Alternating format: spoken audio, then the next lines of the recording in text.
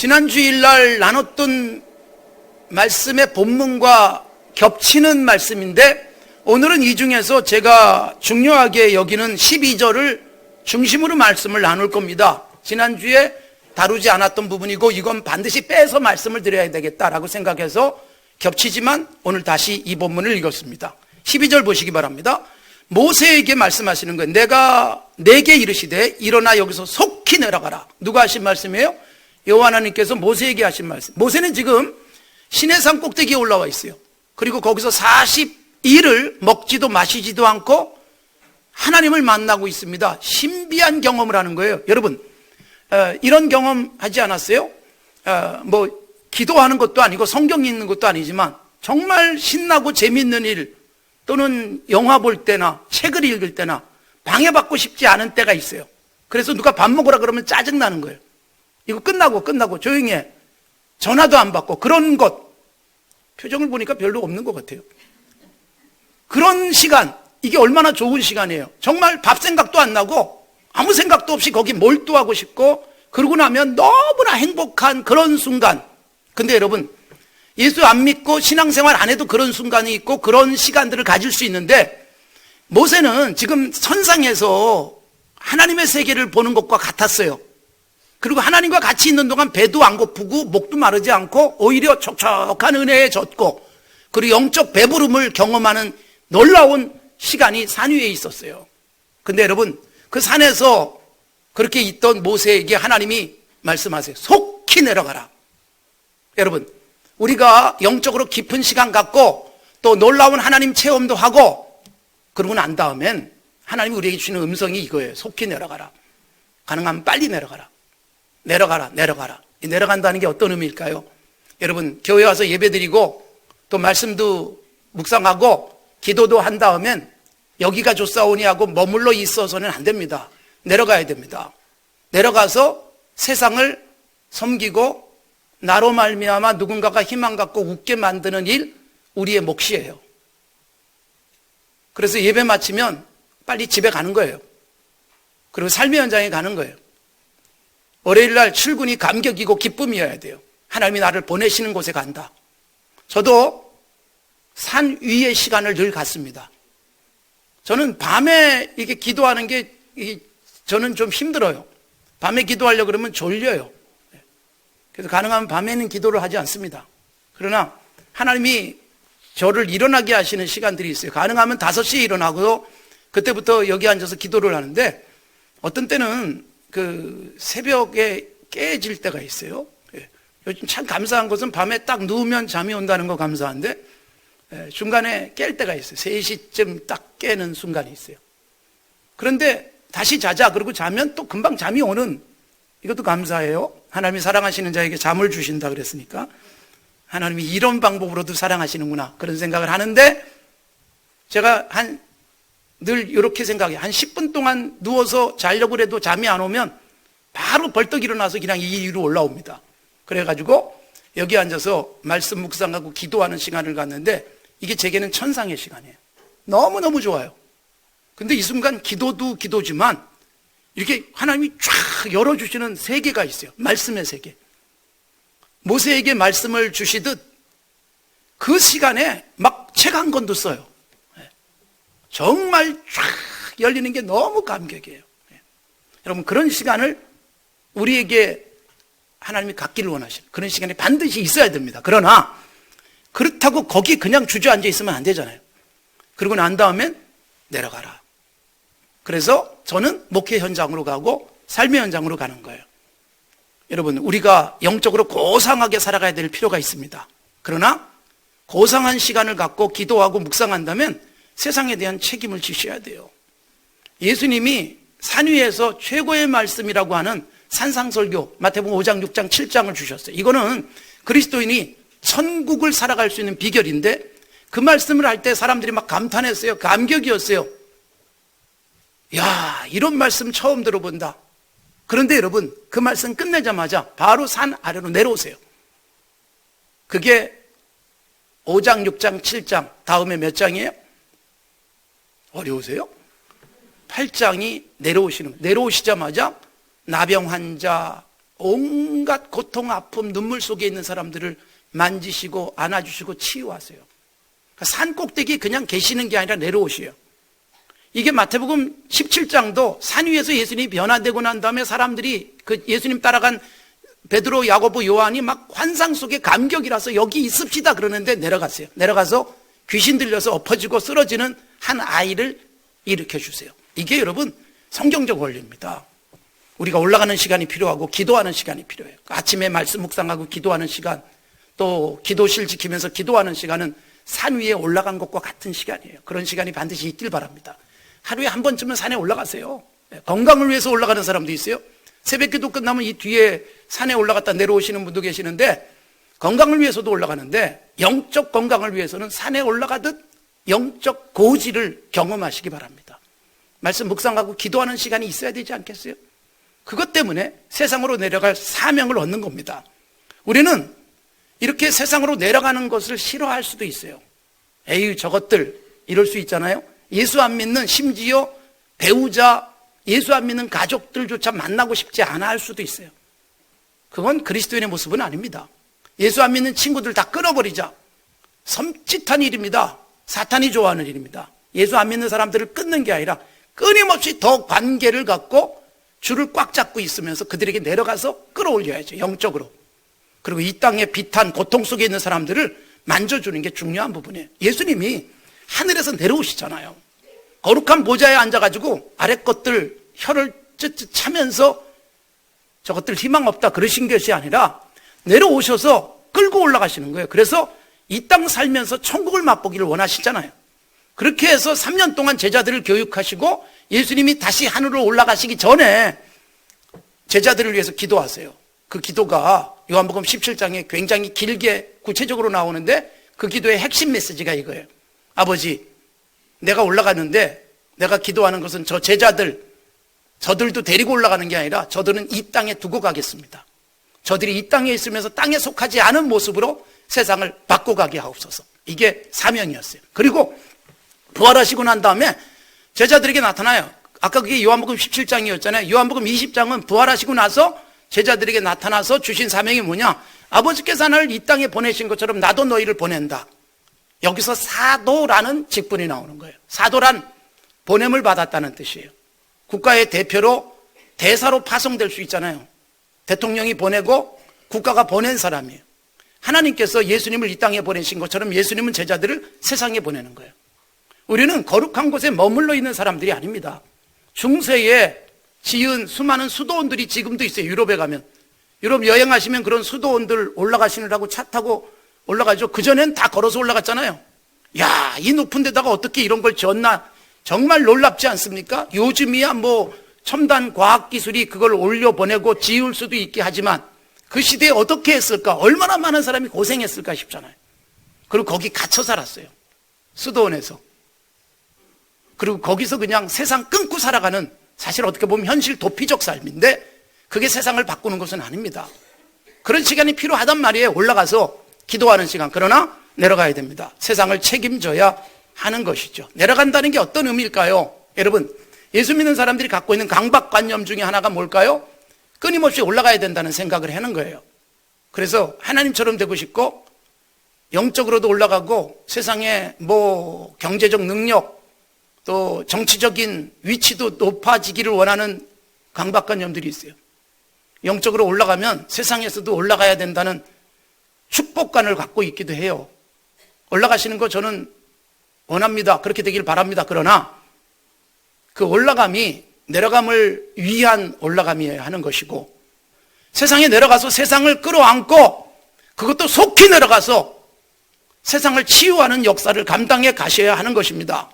예배 끝나고 속히 삶의 현장에 가는 거고, 월요일 날 출근이 사명을 가지고 나가는, 어제 주신 은혜를 우리의 콜링의 현장, 소명의 현장, 하나님이 보내신 일자리, 거기서 세상을 바꾸고 누군가에게 희망 주고 오늘 나 만나는 사람은 기분 좋게 만드는 건강한 삶이 우리에게 있어야 되지 않겠습니까? 세상이 얼마나 힘들고 어렵습니까? 여러분, 우리나라에서 작년에 소비된 커피가 얼마나 많은지 아십니까? 사실은 이쪽 아시아 쪽에 커피 소비가 그렇게 높지 않습니다. 일본도 그렇게 높질 않아요. 카페 여러분, 우리 서초 삼동 요 사거리 보십시오. 카페가 얼마나 많습니까? 예. 너무 많은 카페들이 쫙 있죠. 여기 뭐 유동인구도 많지 않은데. 방배역 사거리 가면 얼마나 많고, 강남역 사거리 가면 얼마나 많은 커피숍들이 있습니까? 예. 너무나도 많죠. 우리나라 작년에 커피 소비량이 국민 1인당 1년에 512잔을 마셨답니다. 여러분이 그렇게 마시고 있다는 겁니다. 커피 안 마시는 세대가 있잖아요. 어린아이. 이 숫자 다 포함된 겁니다. 5천만 명으로 나누니까 그렇다는 뜻이고, 커피 안 마시는 분들도 계시고 좋아하지 않는 분들도 계시잖아요. 그러니까 여러분 얼마나 많이 마시고 있는가. 512잔. 커피 시장 규모가 얼마나 되느냐. 영화 시장이 5조 5천억 정도 돼요. 조금 안 돼요. 5조 4천 얼마 돼요. 4천억 조금 넘습니다. 그런데 커피 시장이 11조 8천억이 됐습니다. 영화 산업의 2배가 됐어요. 그러면 제 이 말을 듣고 카페 하고 싶으세요? 계속 망하고 있습니다. 또 다른 한쪽은 계속 생기고 망하고. 커피를 이렇게 좋아하는 우리나라. 여러분 여기 우리 동네 골목 쭉 내려가면 점심시간에 한 12시 반부터 1시 사이에 보면 풍속도, 직장인들의 풍속도, 한 손엔 핸드폰, 한 손엔 커피. 이 모습이 동일하지 않습니까? 분명히 밥 먹고 나오는데 손에는 다 커피 한 잔씩 들고 움직이는 모습들이 우리의 풍속도가 됐어요.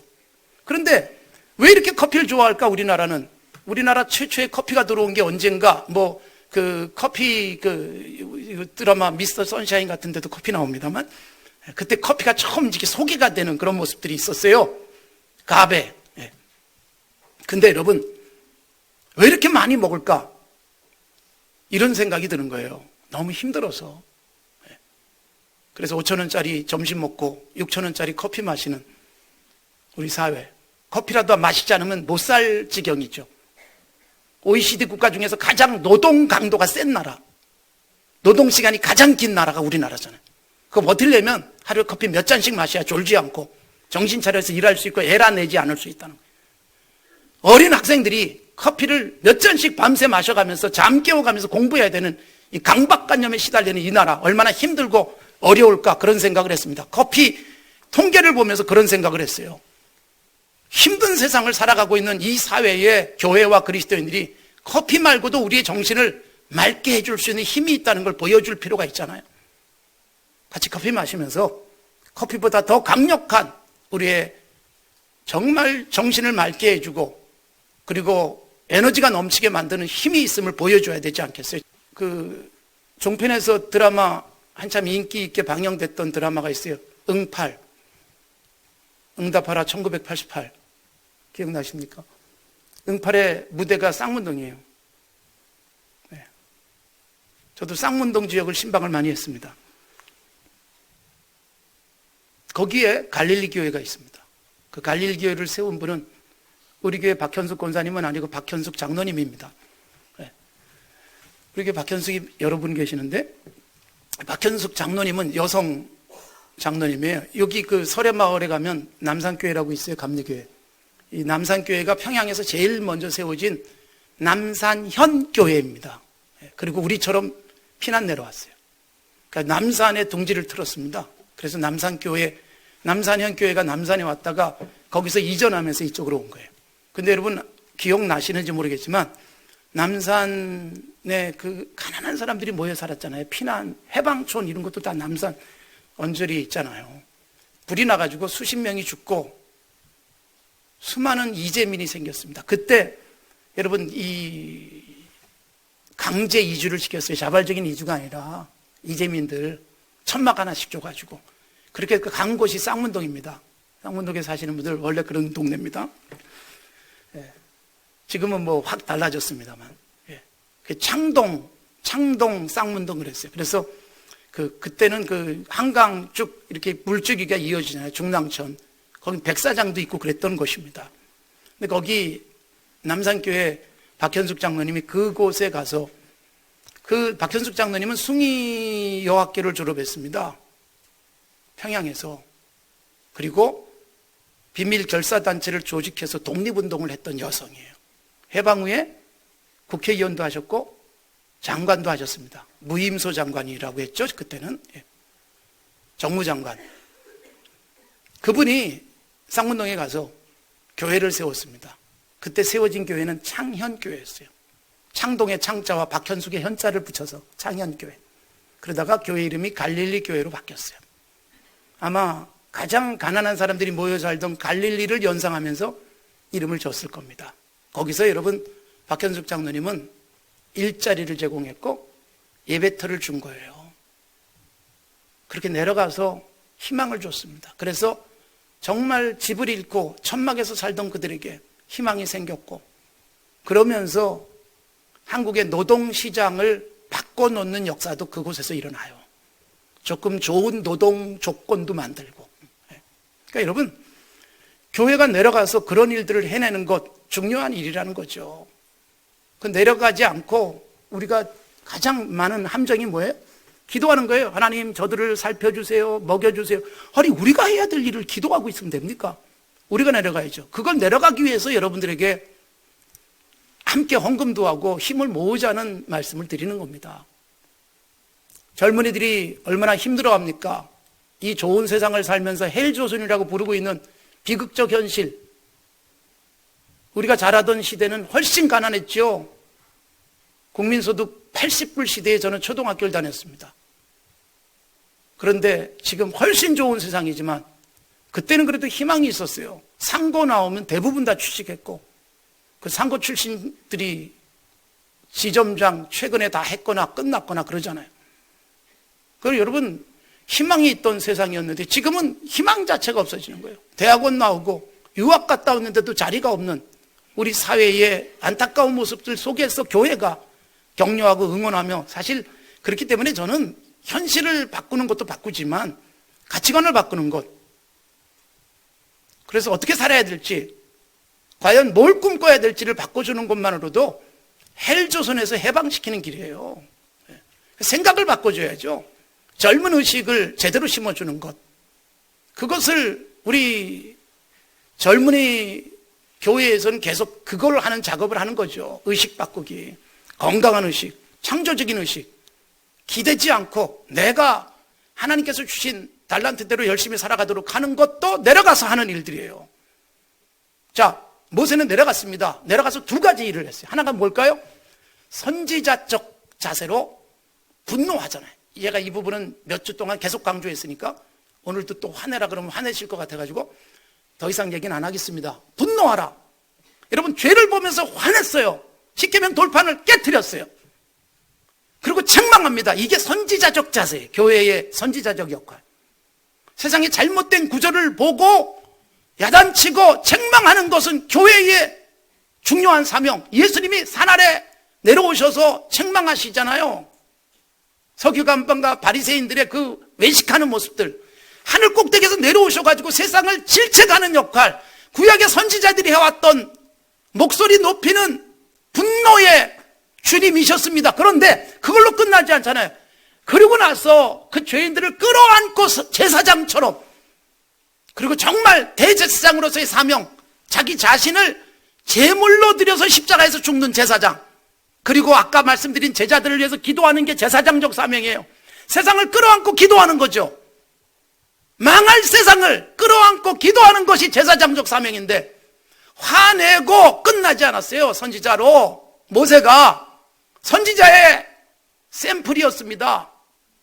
선지자의 가장 중요한 예표였습니다. 장차 오실 진정한 선지자 예수 그리스도의 예표였던 선지자 모세는 제사장으로 엎드리잖아요. 그들의 죄를 짊어지고, 오 하나님 용서하옵소서, 살려주옵소서, 하나님이 멸하시고자 하는데 멸하지 마시고 기회 주십시오. 하나님이 애굽에서 건져내셨는데 멸하시면 되겠습니까? 끌어안고 기도하는 제사장이었습니다. 그러니까 이 두 가지 사명이, 하나가 선지자고 하나가 제사장, 내려가서 해야 될 일. 교회가 선지자적 자세를 가지고 제사장적 자세를 가지고 세상을 치유하는 거예요. 야단쳐야 될 부분에서 야단치고 그리고 끌어안고 사랑하고 눈물로 기도해야 될 부분에서 기도하면서, 그래서 그 일을 위해서 힘을 모으는 거예요. 우리가 자녀를 위해서 부모님들이 해야 될 일도 선지자잖아요. 야단치고 바로 잡아주고, 그리고 우리 아이들을 끌어안고 기도하잖아요. 밤을 새가면서. 그게 바로 제사장 사명이에요. 여러분, 그것이 우리에게 있어야 되는 거죠. 이것을 위해서 교회를 세우셨고, 이것을 위해서 우리를 세상으로 보내신 겁니다. 내려가시기 바랍니다. 세상을 향해서 내려가셔야 됩니다. 제가 서울의 청량리에서 부목사를 1년 하다가 이 교회로 왔습니다. 청량리 그 시장 안에 교회가 있었고, 우리 교회가 있던 거기서 큰 도로를 넘어가면 청량리역 근처가 서울특별시 청량리에 588번지 지역이 있어요. 대충 짐작하시겠지만 거기가 사창가였습니다. 신방하느라고 저도 그 길을 많이 지나가 봤습니다. 그 골목을 지나가는 게 얼마나 힘든 줄 아세요? 근데 여러분, 그 골목 안에 교회가 있습니다. 교회 이름이 가나안 교회입니다. 사창가의 2층에 가나안 교회. 거기 나오는 교인들은 바로 비참하게 거기서 몸을 파는 여인들이 나왔습니다. 가나안 교회를 보면서 어떤 사람들은 어떻게 교회 세울 데가 없어서 거기다 세우냐라고 말하는 사람도 있었어요. 그래서 저는 그 교회를 보면서 감격이었어요. 야, 저기서 목회할 생각을 하는 목사님 얼마나 힘들까 싶지만, 내려가는 모습이 그보다 더 바닥이 어디 있겠어요, 세상에. 거길 내려가는 거예요. 거기서 교회를 하는 거예요. 거기서 비참하게 살고 있는 여인들에게 그래야만 위로해주고, 그렇다고 그들이 생활을 청산하지 못해요. 그런데 교회 나오고 그들을 끌어안고 사랑해주고 기도해주고, 그나마 기댈 언덕이 되어주는 가나안 교회. 어떤 화려한 예배당보다 저는 감동 속에 그 교회를 보면서 지나다녔습니다. 거기가 교회가 있어야 될 곳이라는 거예요. 거기가 예수 그리스도의 심장을 가진 사람들이 있어야 될 곳이죠. 좋은 목 좋은 자리를 찾는 교회, 카페 이동 인구 많고 장사가 될 만한 시장성 조사에서 카페 차리듯 어느새 교회도 목 좋은 곳에 해야지 교회가 잘 된다라고 개척에 대한 설명을 하는 세미나도 있어요. 목 좋은 곳에 있어야 됩니까? 교회가 필요로 하는 곳에 있어야죠. 목 좋은 곳에 있어야 되면 저 섬에 있는 교회들은 철수해버려야 됩니다. 평생 있어봐야 자립도 안 되고 목회자 생활비도 안 되는 그 교회에 있어야 되겠어요? 내려가는 거죠. 그 섬에 불과 20-30명 살고 있는 마을에 교회가 둥지를 틀고 희망이 되어주고, 그게 내려가는 모습이죠. 우리는 그냥 이렇게 좋은 땅에 살고 있잖아요. 그렇기 때문에 우리에게 더 큰 사명이 있는 거예요. 우리가 내려와서 살아가듯 세상에 손을 펼치고 그 모든 것들을 어루만지는 일들을 우리의 힘을 모아서 해내는 것, 이게 내려가는, 속히 내려가라고 하는 주님의 음성에 순종하는 자세인 것이지요. 내려갑시다, 여러분.